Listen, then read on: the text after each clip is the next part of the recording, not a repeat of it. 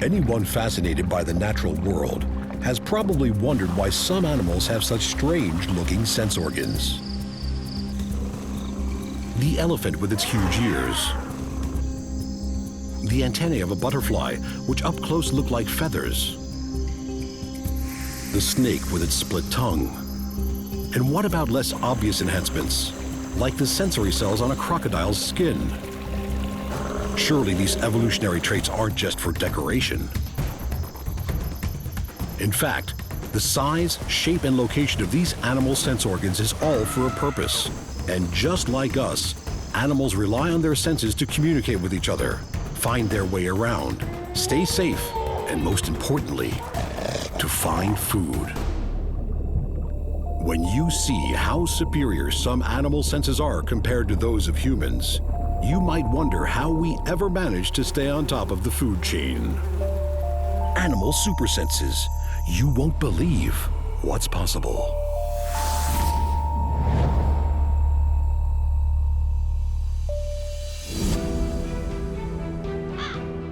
Welcome to Animal Super Senses, the show that enables you to see it, hear it, taste it, smell it, and feel it like animals do.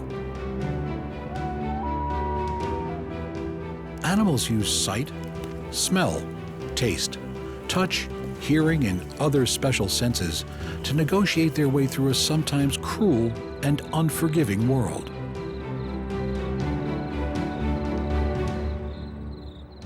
On this episode, we travel from the desert to the forest, Australia to Borneo and back to learn how species as diverse as bat-eared foxes, the bilby, deer, kangaroo rats, cicadas, proboscis monkeys, and other creatures never miss an auditory trick.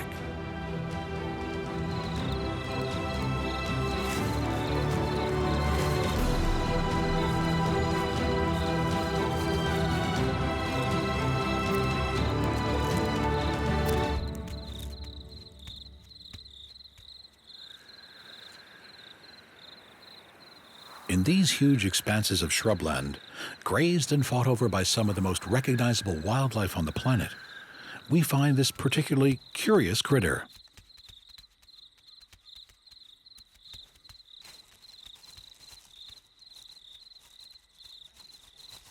The bat-eared fox makes its home in areas with short grass and low scrub, feeding on mostly insects and invertebrates.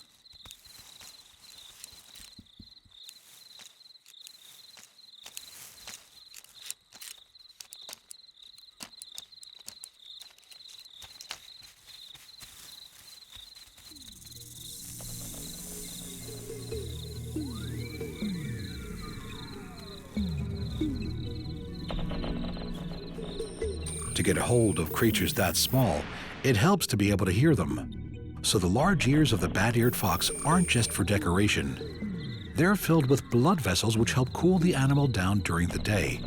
Just as well, because it gets hot out here on the savanna.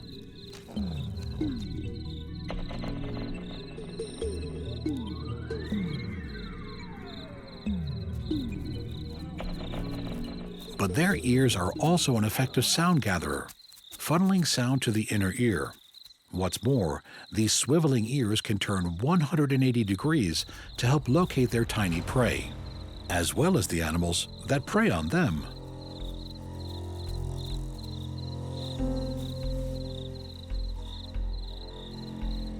Bat-eared foxes have to be especially alert to the sounds of the slender mongoose, brown hyena, and black-backed jackals, all of which can kill and eat bat-eared foxes at regular intervals.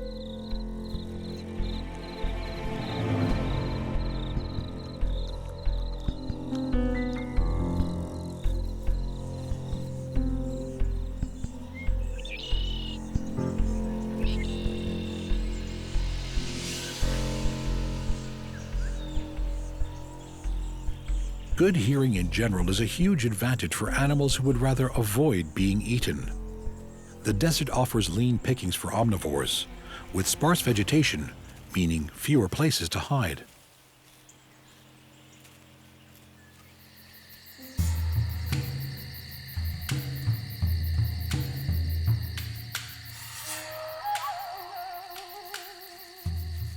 The bilby seems to spend most of its time avoiding being eaten.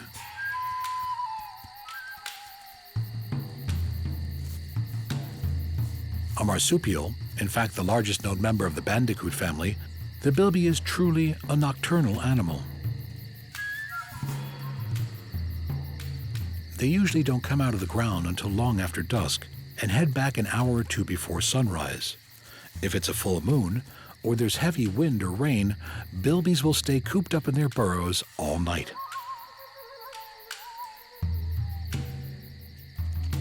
When they do get out amongst it, they rely on their hearing to survive. Notice their large, mostly hairless ears, which allows sound to pass unheeded to the inner ear, and also helps to amplify sound. In fact, it's not unlike the effect of cupping your hands behind your ears.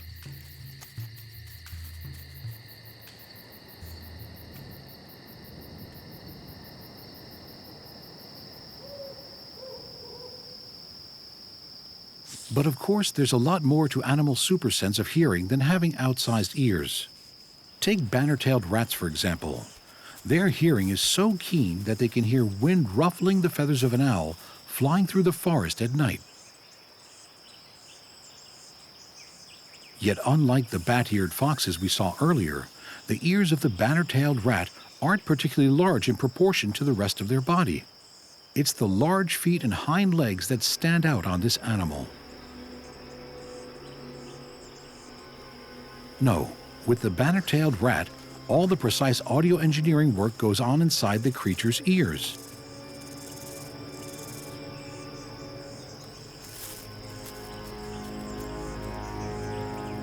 Banner-tailed rats have a huge eardrum beating away inside that medium-sized ear, and a larger than usual middle ear chamber to boot.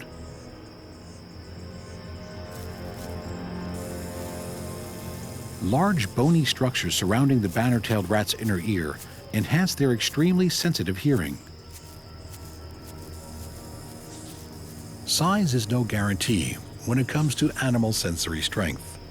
Some of the smallest animals have the largest powers of hearing and auditory communication.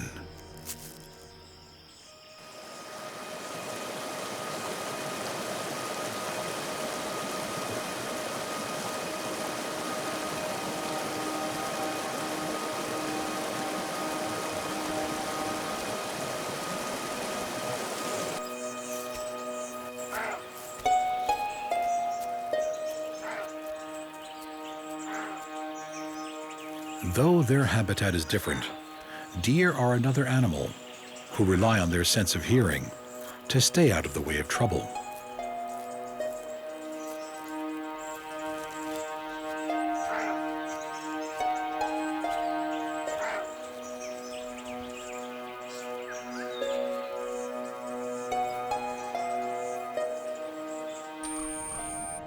You'll note that they too have large pinnae ears which move independently.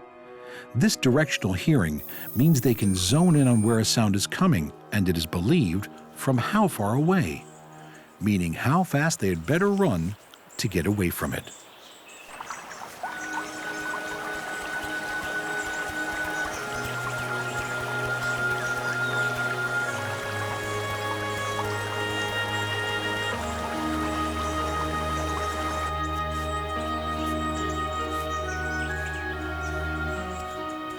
This, in large measure, is why it is so hard to sneak up on a deer in the woods.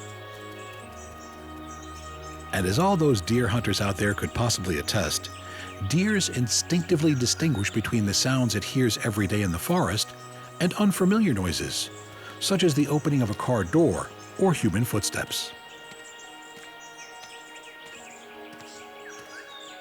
In some respects, hearing is the most important of deer senses. For though their sense of smell is acute, an ill wind can always blow outdoors in an unhelpful direction, whereas they can rely better on their ears to guide them. Deers also hear things at a higher frequency than humans, though we can pick up on things lower in the spectrum than they can.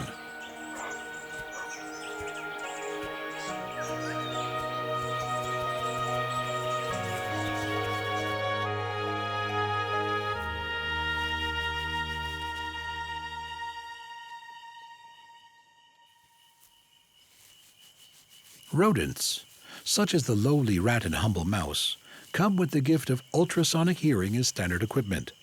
That means they can hear in a frequency above the human ear's audibility limit.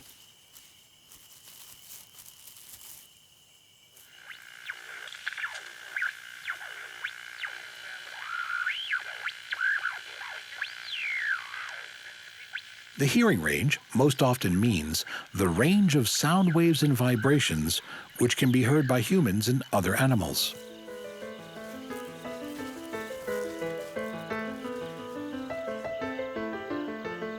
The easiest way might be to imagine a piano keyboard. Humans typically hear notes in the middle of the keyboard. Others very high or very low are inaudible to us.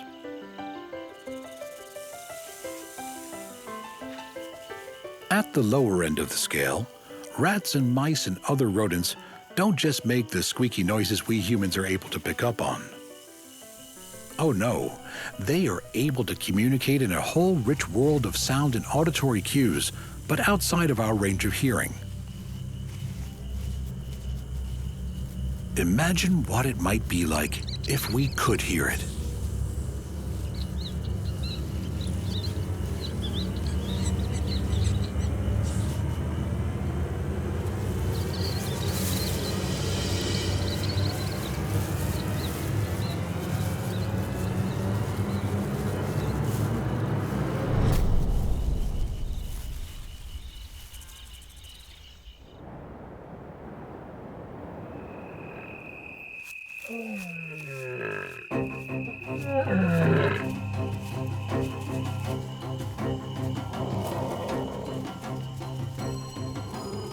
Larger animals that are able to hear things in the infrasonic range tend to have large heads, as in larger than human, and have fair-sized ears set wide apart. There's perhaps no better example than the elephant. Of course, elephant ears are notable for a variety of reasons.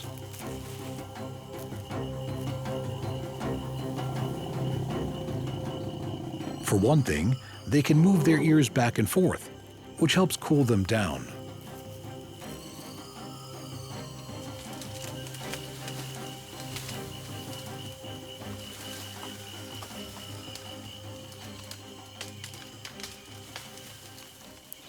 They contain a network of blood vessels, which help to regulate the elephant's temperature, circulating blood through its ears.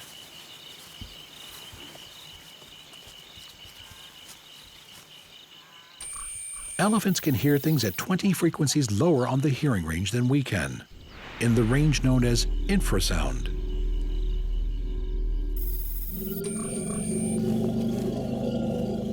That low rumbling sound you sometimes hear elephants make, that's the thin edge of the wedge. Other elephants can pick up on such rumblings, and others we cannot detect as far as 6 kilometers away. These long-distance conversations are useful in letting male elephants know when females are around and if they're in heat. Mating season, and this rumble in the jungle, is no joke for elephants. It's only for a few days out of every 2 to 4 years that females are ready to mate. And that's when they send out this mating call. It's the call that no bull elephant wants to miss.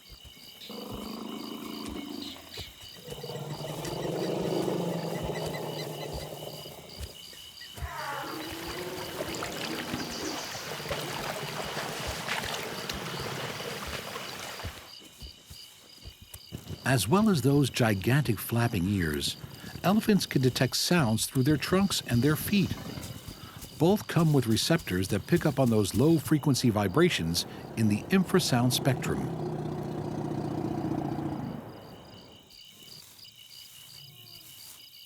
When you see an elephant with their trunk on the ground and their feet carefully positioned, it means they're having a good old listen. They could be tuning into the subsonic rumblings made by other elephants, or listening out for thunderstorms and the approach of rain.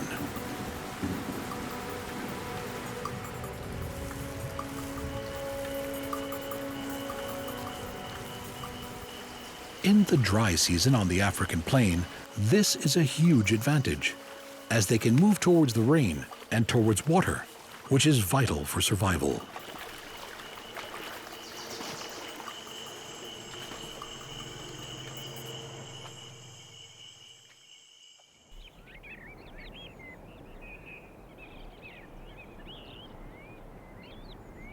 The large ears of bat-eared foxes and elephants give them their ability to amplify sound. But there's one rather singular animal who uses another part of its body to amplify sound. Because it's important to hear what's going on, communicating your message can be a matter of life and death.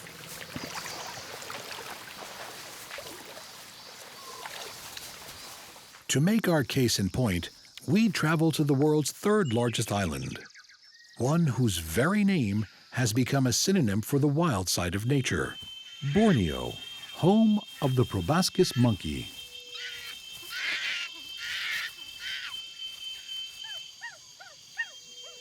This primate, found exclusively in the wilds of Borneo, has many unusual characteristics.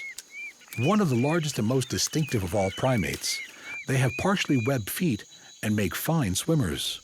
And it's the male of the species who develops the largest nose.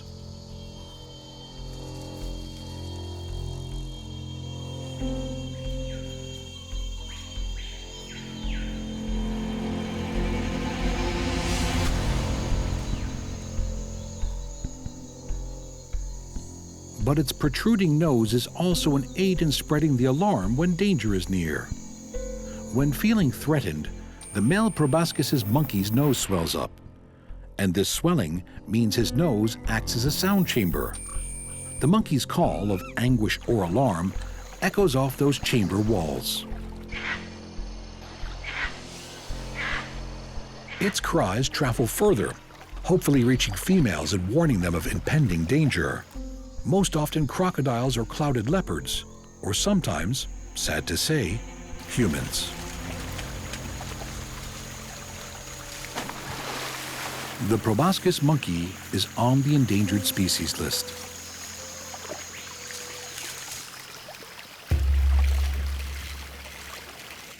From a nose that works as an amplifier to an up-close examination of creatures in the insect world, whose sense of hearing originates in some odd places.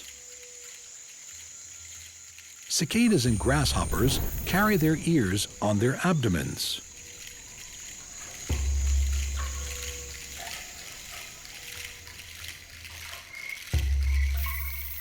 While crickets and katydids hear through holes in their hind legs.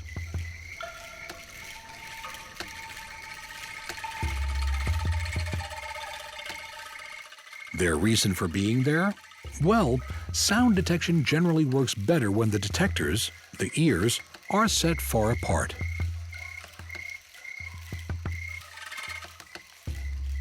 Crickets and katydids certainly need their sensitive auditory system.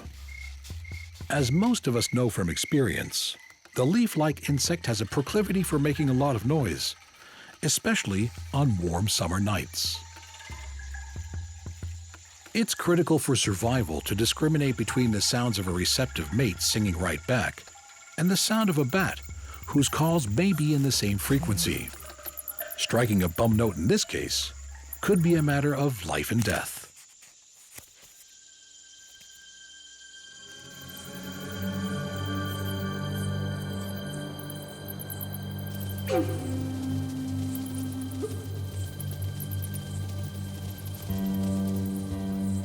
Especially when you consider the animal which crickets and cicadas have most reason to fear, the bat, and its super sense of echolocation. Bats, of the kind the cricket and cicada need to listen out for, rely on echolocation, which in simple terms is like seeing through sound. It's an interesting fact that bat species use echolocation all the time.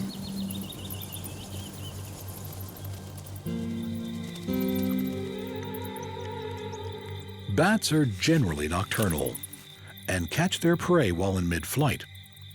Echolocation enables them to decode thousands of sound signals, These sound signals bounce back from a tree's leaves, branches, and trunk to build a sound picture of their surroundings. Echolocation helps bats to find their preferred food types, insects such as crickets and cicadas.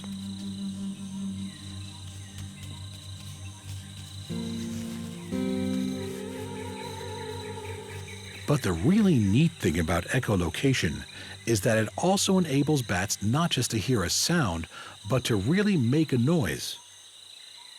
Bats generate ultrasound waves through their larynx and emit sounds through their open mouth or nose.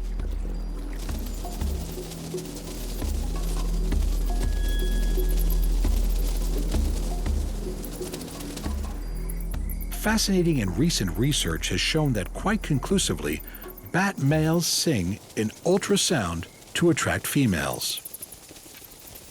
What the research seems to prove is that female bats are more attracted to those male bats whose mating calls are more elaborate. Even stranger and more revealing is the fact that both male and female bats sing in secret, at a frequency perhaps few, if any, creatures in their environment can hear.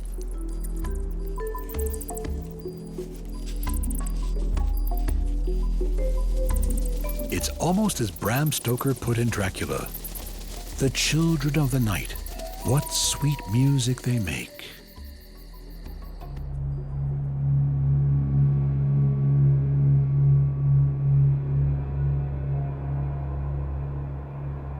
The forest at night. Aside from the sound of a bird tweeting, wind blowing, or the crackling of twigs, seems to us a pretty quiet place. But with the right kind of ears, it is a cacophony of sounds. Somewhere in the midst of that primeval dark, an owl flies, almost noiselessly, through the night air.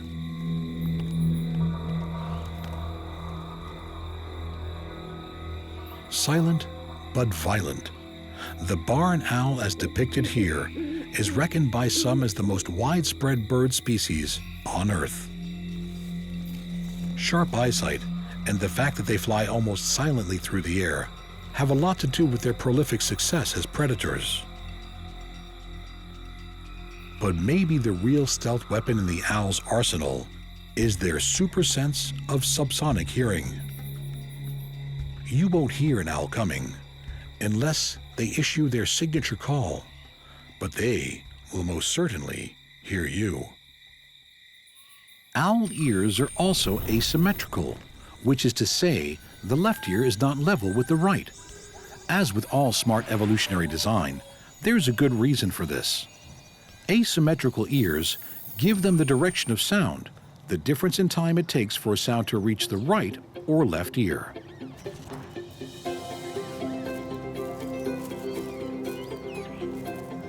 Put it this way, owls can hear a rodent moving under several feet of snow from 50 feet away.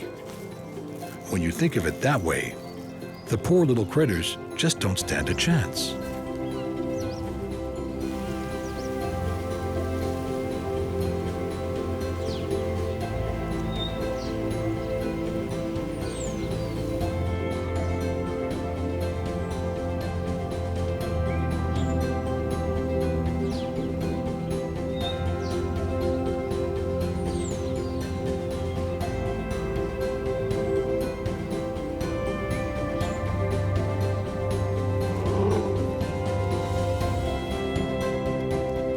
On Animal Super Senses, we see it, hear it, taste it, smell it, and feel it like animals do. The senses are the star of this show, and this episode has been no exception. The sense of hearing has taken us on a memorable journey. But these incredible powers of perception will fight again another day. So join us next time on Animal Super Senses.